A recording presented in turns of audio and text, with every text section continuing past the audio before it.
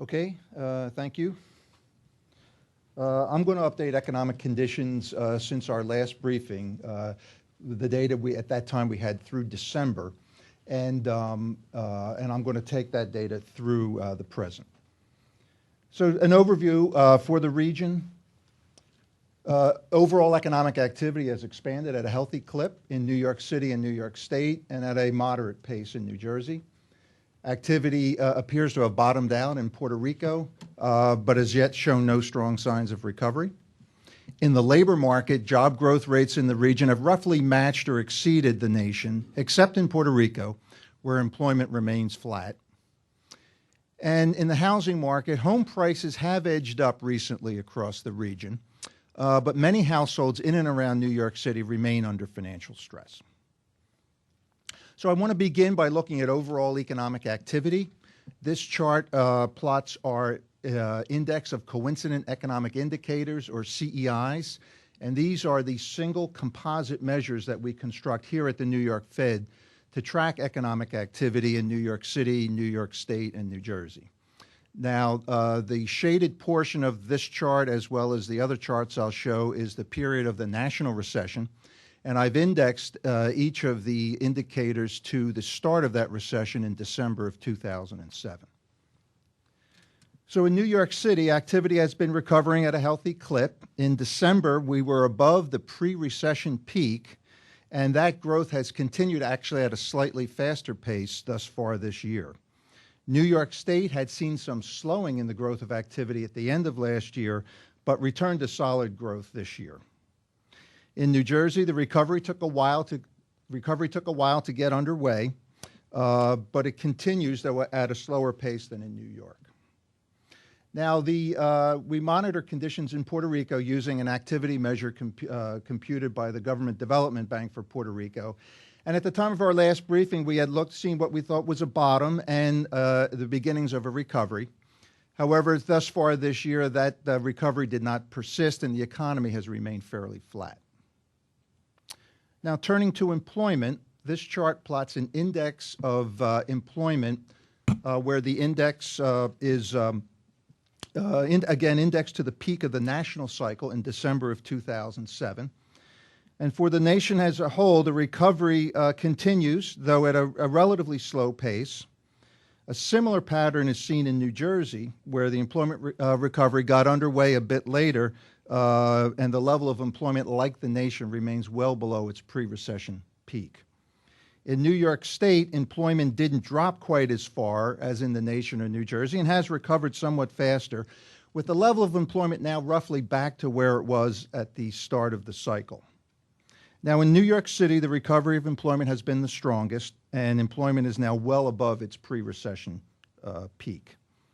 In Puerto Rico, employment has been fluctuating within a fairly narrow range for some time now, and thus far this year that it has continued to fluctuate again in that fairly narrow range with no sign of an upturn.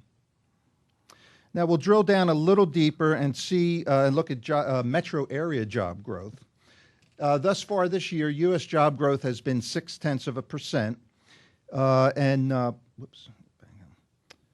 0.6%. Now, the blue areas here represent metro areas where job growth has been above the nation. The dark blue, the light blue are areas where job growth has been positive, although not quite at the same rate as the nation. And you can see that those shades pretty much dominate what's going on in our region. The brown areas represent were areas where employment declined.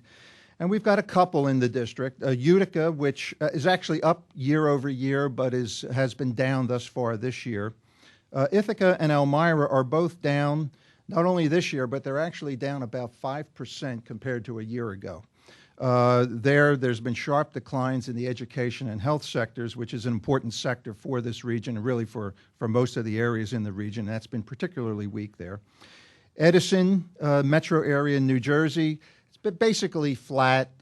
They've had some weakness, like much of the state, in construction and in retail, and that's been enough to offset some gains in some of the other sectors. And employment has pretty much been weak across the board in Puerto Rico.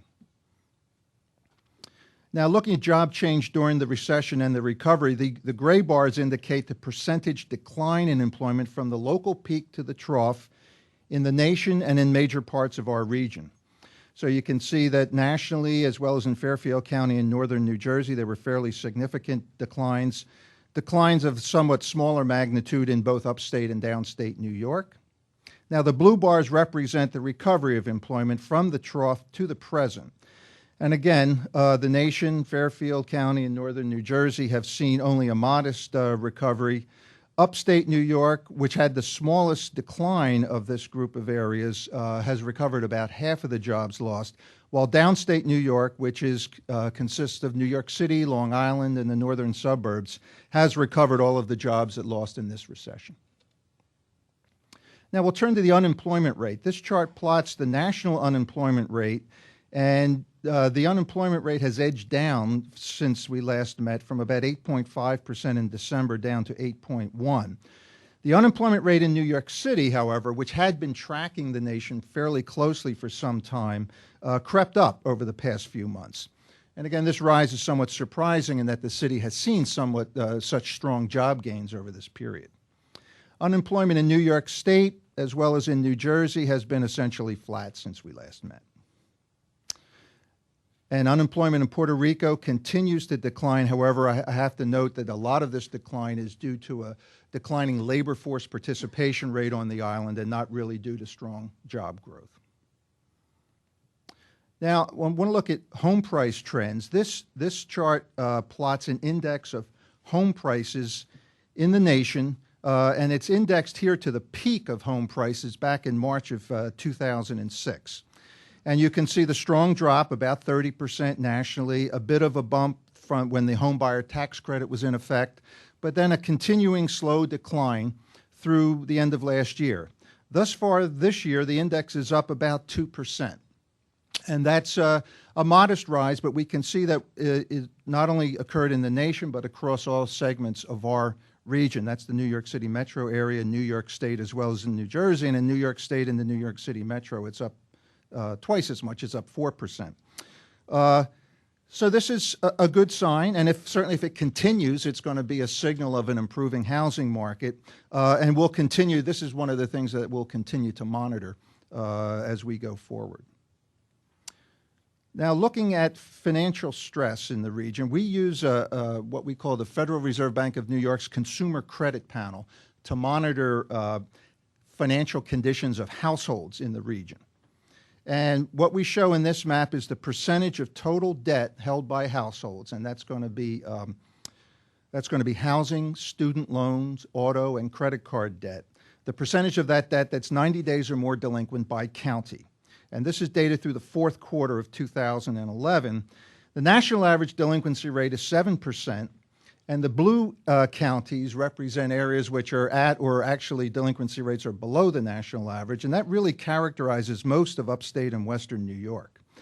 Downstate, the delinquency rates on average tend to be higher, with particularly high rates above 10% in the lower Hudson Valley, parts of northern New Jersey, Long Island, much of New York City, and in Puerto Rico. So these are areas that are clearly continuing to experience some financial stress, and I'll note that tomorrow we'll be getting data for the first quarter of this year, which will give us a more up-to-date picture on this.